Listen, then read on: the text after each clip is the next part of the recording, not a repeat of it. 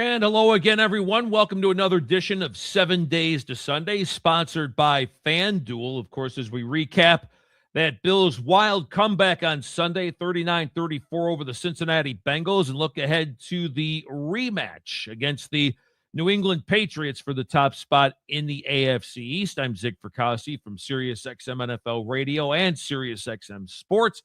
Pleased to be joined by my tag team partners. Welcome me in on this great show. Tulsa Football Hall of Famer, former Bills standout offensive lineman, and maybe not the advisor coach to Philip Rivers' comeback. My guy, Mr. Jerry Ostroski. How are you, my friend?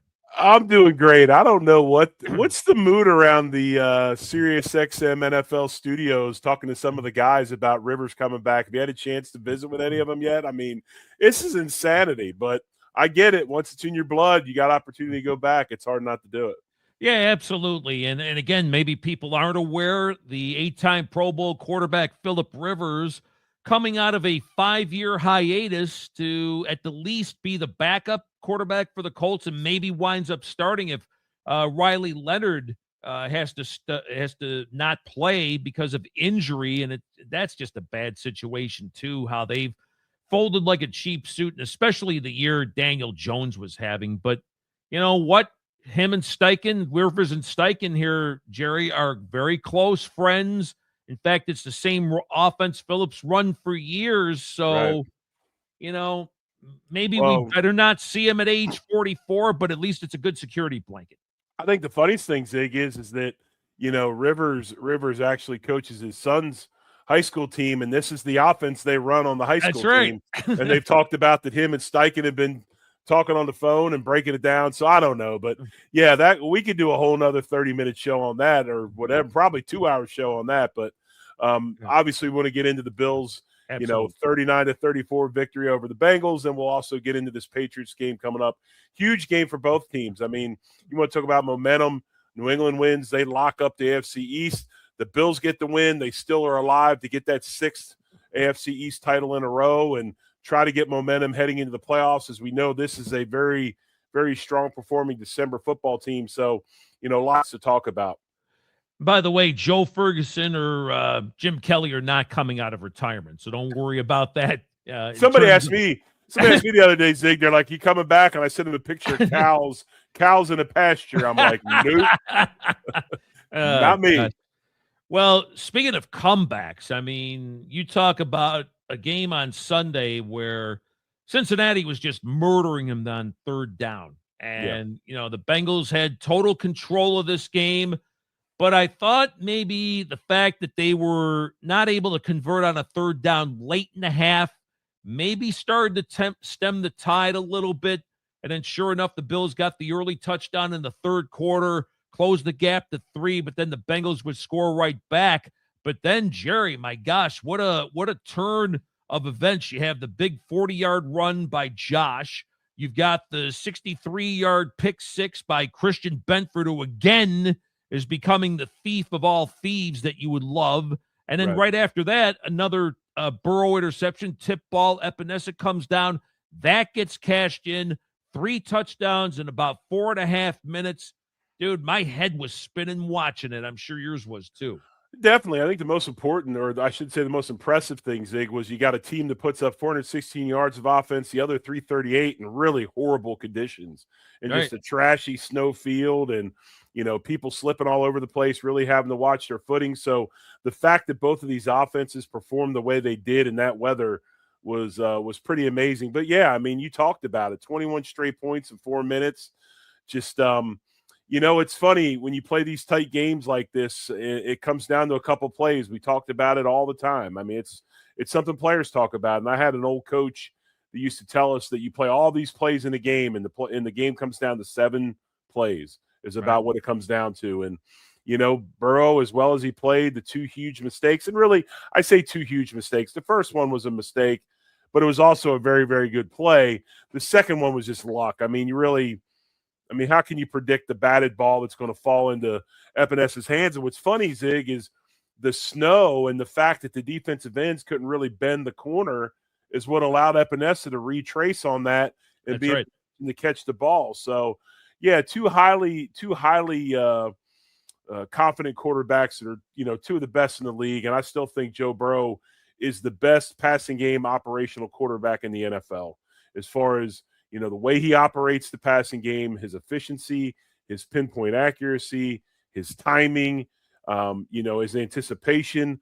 His aura. Yes, I don't think there's any other quarterback in the league that operates passing game as good as Joe Burrow. But then you have the other guy on the other side, just the chaos merchant in Josh Allen. Yeah, I like that. What's funny is, I don't know about you, Zig. You've seen a ton of football, probably even more than me because you're in the middle of it and you watch the stuff. And I'm older than you too. So. Right, I get that. I didn't want to say that. I was trying to believe me.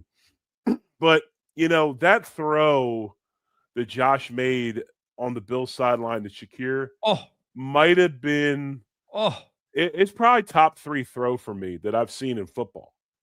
I mean, that was that special, that good. And man, I mean, the guy he does amazing things all year long, but when December gets here, he just goes to another level. And, I think it's that competitor in him, the way he thrives on competition. And again, McDermott talked about it in press conferences too, and I'm sure you've seen it with other players, Zig. There's some guys, and when they're playing the supposed, better one or really good one across the field from them, they just take it to a different, level. They flip a switch, and, you saw that out of Josh this weekend. Just tremendous football game by him. And I had the pleasure of interviewing Khalil Shakir after the game for our NFL radio postgame show.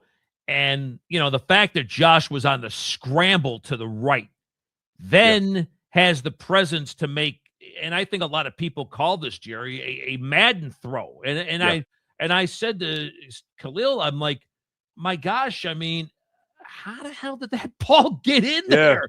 And he was just in total, he says, that's just Josh being the best player in the league. When you're playing with a guy like that, you know that anything's possible and that you just got to be on the heads up. That ball, Jerry, I think literally went through 3 Bengals defenders.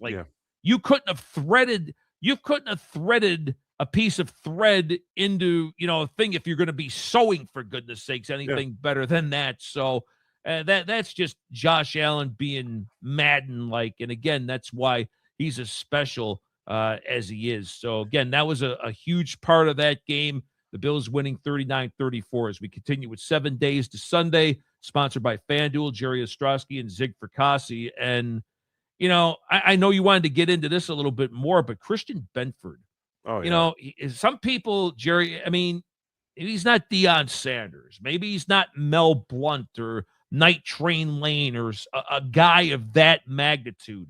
But all this guy ever seems to do is be around the ball and make plays. Look at last Sunday before in Pittsburgh, the fumbled return of the touchdown there when Rodgers got sacked by Bosa.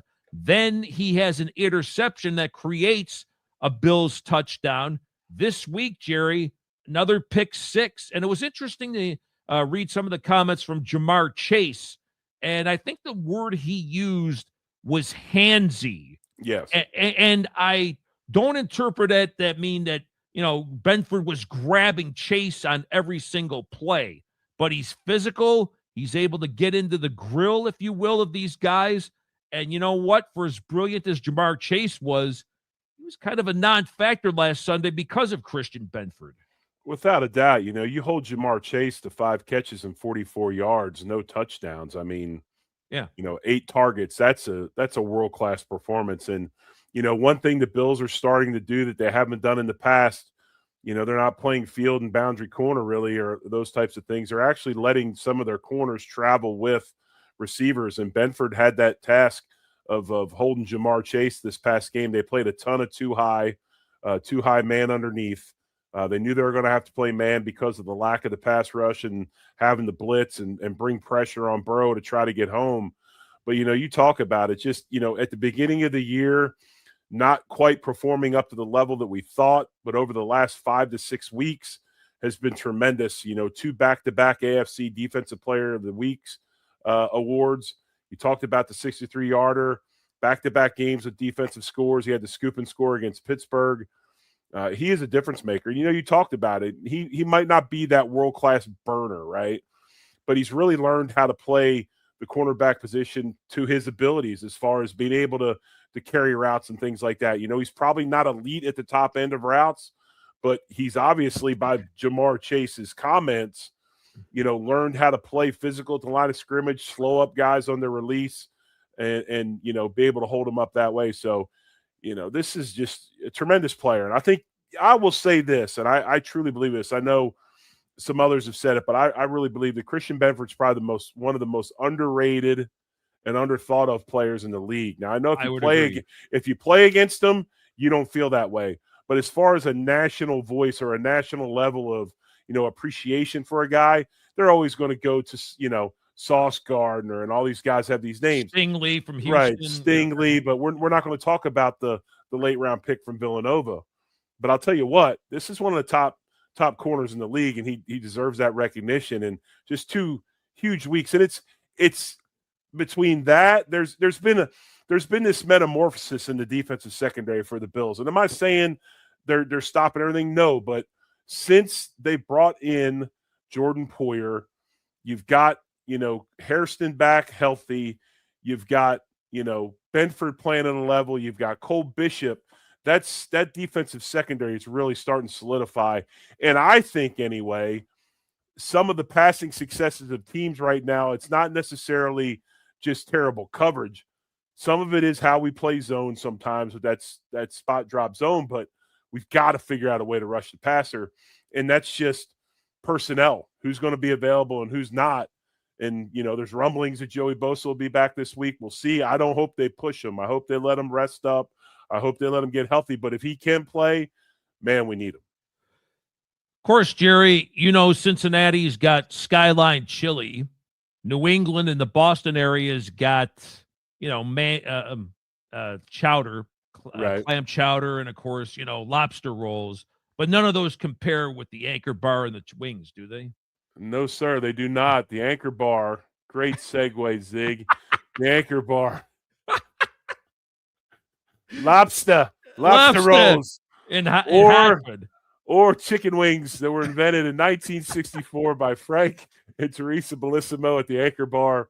If you haven't been, if you're coming to Buffalo for the first time, you've never been to the Anchor Bar, you have to go. It's a landmark. It's a place that everybody that visits needs to go try out. Try their chicken wings, their beef on weck, their pizza. They've got wraps and salads. If you're across the country, they have 17 locations in the United States of America. They've got one in new ones in Frisco, Texas, Raleigh, North Carolina, and then also Tucson, Arizona. Just tremendous food, tremendous people. We are very proud that the Anchor Bar is a sponsor of the Overreaction Buffalo Sports Network. And one of the things that's special about the Anchor Bar, they'll send their stuff to you. You can order wings. Always fresh, never frozen, jumbo wings with a variety of sauces. If you like to make your own wings at the house, but you love that Anchor Bar sauce, you remember it as a kid when you were growing up in Buffalo or just when you lived there, you can order their sauces for the house as well. So full service by the Anchor Bar. If you're in Buffalo, if you're at one of the cities that has a franchise and a location, or just order online to the house, Anchor Bar, you can never go wrong. Home of the original chicken wing. So thank you very much to the Anchor Bar for sponsoring the Overreaction Buffalo Sports Network. Absolutely. Always a treat to deal with them. Also, 7 Days to Sunday, sponsored by FanDuel. Jerry and Zig, as we continue. Josh, have we run out of superlatives to describe him or what? Yeah, I believe so. It's just over and over again, he proves that he's, as far as full weaponry, full gamut of skills, I don't know if there's anybody in the league like this guy. Just now has all the records for the rushing touchdowns out of quarterbacks. And, okay, it's not just tush-push stuff, folks. We're ripping off 40-yarders. He can hit you from anywhere on the field as far as runs go. And probably the biggest run of the game was that first down that he got to kill the clock as opposed to the touchdown. The touchdown was big, but that run to kill the clock on third down was exceptional. But, yeah, Zig, I don't know. I've never seen anything like it. We've seen people that are somewhat like it. I asked Coach Jones the other day on the radio of the quarterback that he remembered through history that might be like Josh Allen, a comp. I always like to say myself, I always usually said like somebody like a John Elway or something, but I thought that Pat said it best. He said that he's a big Joe Montana. Ooh, And okay. you know, I can see that. You know, Montana had that ability to will teams to victory, had an ability to make plays at the right time. I think Josh has a much stronger arm than Joe did, but still I could see where he's talking about, because you know, are you a Notre Dame guy? Oh, been since I was That's like what I thought. 10 years old. And That's what by I the way, thought. don't get me started on this, please. So, Well, I'll tell you what, I'm glad you haven't been listening to our network, because you know, oh, you've fella, been ripping them, huh? well, Okay. Bavak was acting like a child, but that's besides the point. I can't dismiss that, by the way. I wouldn't totally disagree with you, but go ahead. Yeah, but I just remember the way that Joe competed, Oh, yeah. and that's where I look at, you know, that competition level between those two. So yeah, I didn't think that was a bad comparison. I got another one for you. Randall Cunningham. Yeah, you know, Athletic, could run, could throw the ball through the car wash, and yes, you know, yeah. One of the greatest passes of all time that Randall against ever the made Bills. was against the Bills in the corner of the end Fred zone. Barnett. Yep, Arkansas Fred Barnett went 91. You You know, weren't now there yet, I don't think. no, I wasn't there, but I was Yeah. a young kid in the city of outside of Philadelphia wearing a Still Scrambling T-shirt and an Eagles hat. There you go. So anyway, just I enjoyed Randall, but you know, it was funny. You look at Josh and Randall, two different styles, but yeah, I could see that. I could see that. Are we concerned about the James Cook fumbles? You know, I talked about this the other day. I am not, and I think Okay. some of this is a product of, first and foremost, James Cook's snap count numbers have gone through the roof. He is going to blow his numbers away here pretty soon. Like, he's already got more, I think, than last year with 4 games to go. So some of this is opportunity, right? He's got more carries, so he's got more plays on the field, more opportunities, you know, to fumble. That's one thing. The other thing you got to look at is fatigue, right? How much has he played extra? And when you watch these fumbles, when are they? They're more later in the game. It's not super early. It's later in the game. So some of this stuff of getting used to playing so many snaps that he hasn't played in the past, you know, kind of catches up to you. So I don't think the fumbles will be an issue. I thought reaching for the goal line was, obviously that's something you don't do. You just don't do it. And it's hard to tell guys not to, but he did. And then the other one was a good play. But yeah, I think he'll shore it up. But I think a lot of it has to do, Zig, with more carries and maybe a little bit of fatigue as we get into the later part of the season.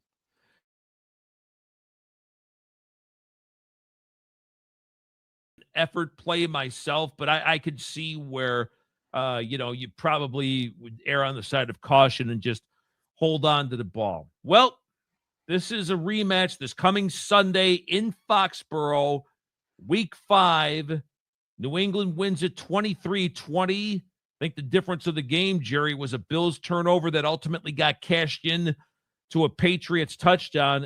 And of course, Stefan went off on national TV against his former team.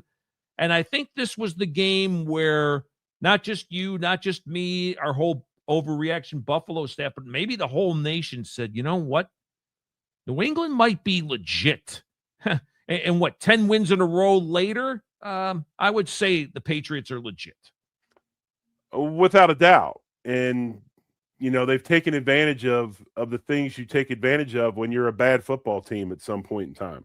Right. And they've been a bad football team as of late, so they've drafted high and they get an easy schedule. And they've taken advantage of both of them. They've had really good draft choices over the last couple of years, including Drake May and the likes. Their schedule's not very good. And, you know, Vrabel's brought an energy and a toughness, because it's a trademark Vrabel team, right? I mean, this team is no different than other Vrabel's teams. They're going to play physical. They're going to run the ball. They're going to be tough on defense. They're going to be balanced and efficient. You know, this is what they do. They're scoring 27 points per game. That's 7th in the league, and they're allowing 18.5. So they're not giving up any, and they're scoring enough. So, yeah, I mean, this is no different than what we would figure or what we saw earlier in his career as a Tennessee head coach. But I think the biggest thing is just the emergence of Drake May and the fact that he's He's tremendous football player, over 3,400 yards, 23 touchdowns, 6 picks to 23 touchdowns. Then, you got to look at him as a top 3 guy probably in the league right now, playing really well. Oh, absolutely. And, he's been complimented well. It seems like Stevenson stopped the fumbles. Trevion Henderson, you and I were definitely both high on him. Right. You've got a couple of ex-Bills helping out. That's always a good storyline there with Diggs, and also Matt Collins, who it always kills me when he actually has to wear shoes because he doesn't he doesn't like wearing shoes. Right. Their O-line's gotten a lot better. I thought a couple of nice additions to their defense in the offseason. You bring in a guy like Spillane, a tackling machine. Landry comes in from Tennessee because obviously he and Vrabel were close down there. Barmore seems like he's over his off-the-field issues. I'll make an argument Gonzalez is a top 5 corner when healthy. So they've got all the components that you're looking for to be a team that could not only have success like they do now, Jerry, but I think maybe even sustain it, even if May and them go through growing pains after this initial burst of success. Yeah, I think that it comes down to some luck too. You got to look at injuries and things like that. And obviously the Bills haven't had much luck on the injury front, but so many times we want to talk about, what can we do to prevent injury? What can we do? We got to get rid of the strength coach. We got to you know what? Sometimes it just comes down to luck. I mean, you're talking about athletes that are trained by some of the best people in the world that are, that have access to some of the best training facilities in the world. So a lot of this comes down to that luck aspect, and that'll be a big thing with the Patriots too if they can stay healthy.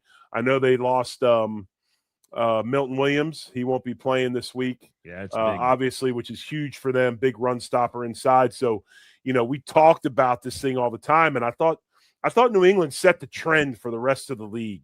I really do. I think that, this Bills team, run at will type offense, and then the New England Patriots set the tone for what the Bills have seen throughout this latest stretch, which is, teams really getting on to the backside cutting abilities of James Cook, slow playing the secondary on the backside, especially with, the Bills playing so many compression fronts. And I think that's why you're seeing the Bills do a lot of stuff with their tight ends and wide receivers in those blocking schemes, because now they're trying to play for that.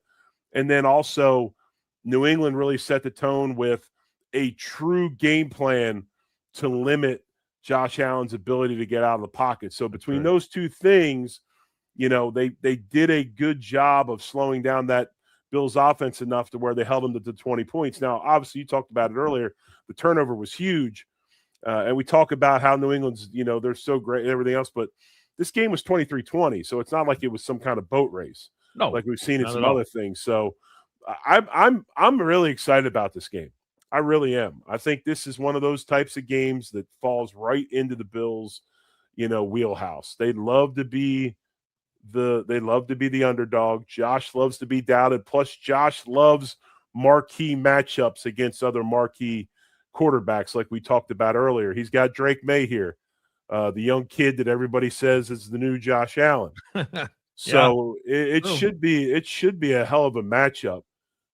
It'll come down to later this week, obviously, when we see availability of players. Right. They've talked about Bosa, might see Spencer Brown. I don't know, maybe Joshua Palmer, but it should be a good one. Actually, I think the Bills are favored in this one as of around midweek. I think they were like a 1.5 choice favored, if I'm not mistaken. I believe you are correct. The Bills are a -1 to -1.5 according to FanDuel on the FanDuel point spread. Over-under is 49.5 to 50.5. So, Vegas kind of predicting the same type of game we saw last time with the 23-20. We'll see how that goes. Jerry Ostroski, 3 keys to the game. Let's start with those, sir. Number 1. I almost want to tape some of these and just hit the play button. Like a C loop, right? Yeah. Stop the run. Defend the run, defend the pass, right? Yeah, I mean, obviously, I think the biggest key to this game is going to come down to red zone efficiency. I really do. I think both teams can do some things. They can move the ball. We understand what the Bills need to do and not do as far as the rushing attack. Got to get some vertical stuff in the passing game. But obviously, when you're playing a stingy defense like the New England Patriots, not giving up many rushing yards, not giving up a lot of points, when you get in that red zone, you got to score. And when you score, it can't be field goals. It's got to be touchdowns. Right. And, on the flip side, the Bills defense needs to do the same thing, limit touchdowns from New England. So when you start getting evenly matched like this, you really got to look at stuff like that. And I think red zone efficiency on both sides of the ball are going to be huge this week. Well, and I remember telling you one of the previous shows, I had Hunter Henry on my show from the Patriots. It was the game against Cincinnati where it seemed like they had first and goal, but then they went backwards, forwards. It was like, they had a lot of trouble inside the red zone. I know they had their bye this week, so I'll be real curious if that was something, Jerry, that they definitely worked on, because that Cincinnati game to me stuck out like a sore thumb where they had and goal and could only muster field goals because of it. Oh yeah, no doubt. It's a huge factor in tight football games. And I know that the Bills defense has gotten a lot of grief as of late, and some of it is warranted. But the thing that they've done over the past so many weeks, with the insertion of Shaq Thompson, solidified the rushing defense. But they do a very good job inside the 20s, especially the deep red zone. So, yeah, it'll be huge again this week as well. How big is he going to be a factor? I think he's really started to take on the tone and maybe the leadership of the defense. Has he not? Yeah, Shaq Thompson's biggest thing is his leadership right now. I mean, you see him out there getting after it, encouraging players, barking at players, bringing an attitude of physicality. And, this is no knock against Terrell Bernard. He's not a middle linebacker. I think when you look at this team next year, you'd probably try to figure out a way to keep Shaq Thompson around, find a young replacement at middle linebacker, and then let Bernard play where he probably should be playing, which is off backer, the Matt Milano spot. Milano's contract's up. He's probably going to move on, be a perfect situation to slide Bernard over to that spot and then allow somebody else to play that Mike and have the best of both worlds. So, yeah, I think that Shaq Thompson, it's not a coincidence that the run defense has been much, much better with him in the game. Other keys in this one? Yeah, I think the biggest thing is, especially with the Bills team, that we don't know if Vandermark's going to play again this week or not. Yes. They've got to find and continue to find a way to put things out there to allow Vandermark to be successful, obviously not only in the run game, but the passing game as well. We've seen New England do some things with some exotic blitzes and some different pressures and stuff of that nature. We got to make sure. I don't think we can turn this into just a overall 5-man protection game all the time where we just let it roll and we'll figure it out. I mean, this isn't the Bengals defense. This is New England. They're going to be schemed up. They're going to play sound, and Josh will be accounted for. So I think that when New England brings their pressures and stuff, we've got to make sure, because lately there's been a little bit of sloppiness in that pass protection. And we see after like last week when Josh has protection what he can do, and we've known this for quite some time. But I'd really like to see us maybe utilize some chips again this week, maybe something with the backs here and there, although the backs have been so good out of the backfield. We do need to make sure we keep the quarterback clean and help out that offensive line and clean up our pass protection. I'm curious, too. I don't know if this is one of your keys to the game or whatever, but, Patriots had a bye week this late in the year. Could that be a detriment to a team like or even to the Bills' favor here, having been on, a game momentum here over the last few weeks? In other words, the timing of their bye. No, I think so. I think you can look at it that way. I mean, some people say, New England's got all this extra time to prepare, but these two teams know each other well. Right. New England's not going to do anything greatly different than what they did in game one because it was so successful. This is going to come down to players. It's going to come down to a couple players making big plays here and there.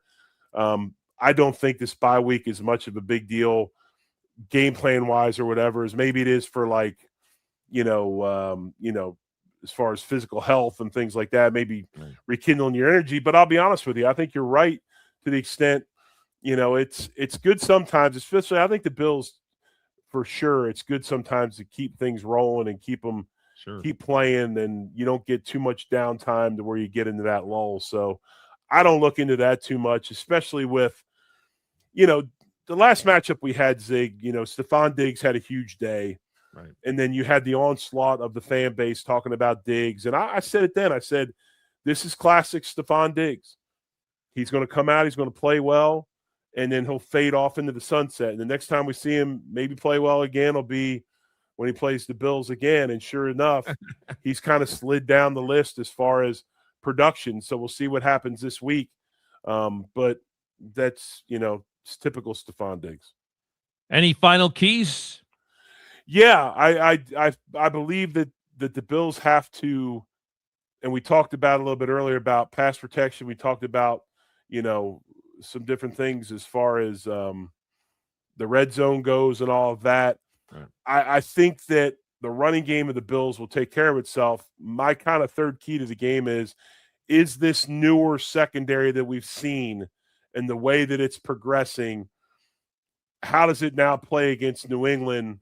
After the last time having trouble with Diggs and some of the passing stuff, I want to see the secondary really step up, assert itself, limit explosives, and kind of do what we saw last week. Now, obviously, it was a little bit easier with a bad field, but still limit those explosives, get after them in that secondary, and see if we can slow this thing down a little bit to maybe frustrate Drake May and force him into some mistakes.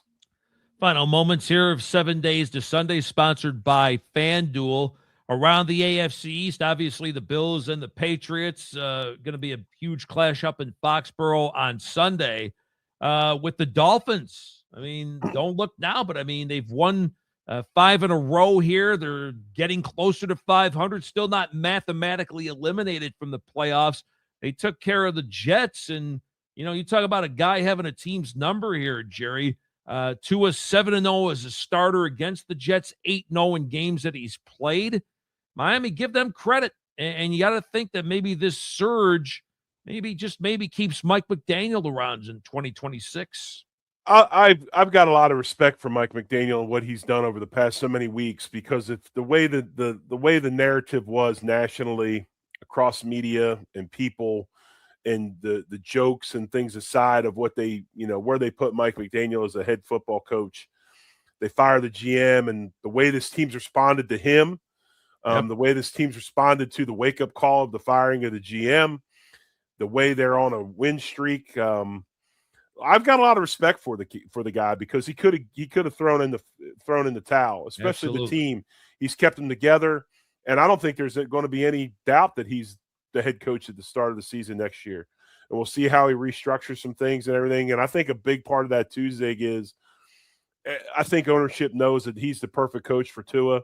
And if we're going to have to keep Tua around as it is because of the money we're paying him, and we don't want to get out from, have that kind of a cap hit without a player, you probably find a way to keep McDaniel. But I've got a lot of respect for what he's doing. They're playing very well. They're finding ways to win. Obviously, they've got some great players like A-Chain and others. But, tons of respect for McDaniel and the fact that he's been able to salvage this season to where there was just even a little glimpse of hope to possibly get in the playoffs. And then they pounded, of course, the Jets. And, gosh, I think Tyrod got hurt again. So Cook, the undrafted free agent, had to wind up playing. It's just been a train wreck for Aaron Glenn in his first year there. Yeah, I mean, I think that it just shows you how much is wrong with that franchise and just how far and how much work they have to do to get it back on track. And hopefully, Woody Johnson has the patience to allow Aaron Glenn to do that. We haven't seen much patience out of Woody Johnson, but maybe he'll do it this time around. We'll see. But Jets got a ton of work ahead of them, and they've got to rebuild a whole roster. And it's going to take a while. Check out the overreactionbuffalo.com website for a schedule of the shows, and John and Joe and Mafia Bets and Dan and, of course, Jerry and myself. Final thoughts on this game Sunday. Should live up to the hype. If it's the first time was an indicator, I think this one should be as good up in Foxboro. I think the way I'm looking at this is I'm not so hung up on the Bills winning the division. Okay. I think this is a Bills team that it's going to be hard, even if they win Sunday. It's going to be hard to win the division with what they have left in New England. It really is. I mean, their games just aren't there. I mean, they got Miami, that could happen. They got the Jets and the likes, and so I'm not as stressed about the division as I am. I want to win this game because I want to, slay the dragon, so to speak. Due to them, what they did to us, them beating us earlier in the season gave this young football team a ton of momentum and belief going into the rest of the season. I want the Bills to have that same advantage. I want them to take care of Drake May. Yep. I want them to take care of the Patriots Cole Aura thing, and let's get this one behind us and worry about the playoffs. And I think that's big. I think that's a big key to this. I don't think right now anyway. While that would be great for the fan base and it'd probably be great for maybe some seeding and stuff, what does winning the division do for you? Really nothing. I mean, you want to get into the playoffs. You're still going to have to play the same teams. You're going to have to beat the same. It'll get you a home game, but that would be it would get you a home game, and that's what is important is the home game. But other than that, I think this team's in a little bit different situation. So I want to beat New England for the momentum and for the confidence of saying we got it done, especially in Foxboro. And to be honest with you, we beat them here, and then if we had to play them again in the playoffs, let's beat them again. Let's go to Foxboro and beat them again. And, so, that's what I'm more worried about than anything. I think it's just let's get this victory. Let's get healthier. Let's get that Mo.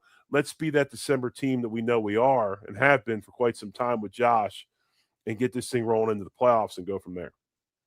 Dude, the time goes by way too fast. Always have a blast doing this. And until next time, right? Yep. Until next time, we appreciate you, Zig, as always. 7 Days of Sunday, presented by FanDuel. Bills and that FanDuel line, anywhere from -1, -1.5. Should be a good football game. Zig, I appreciate you, man. Thanks as always. And why don't you start us? Until then, next time for Jerry, I'm Zig. You've been watching 7 Days to Sunday, sponsored by FanDuel. Much love. Go Bills. Amen. Feel the same.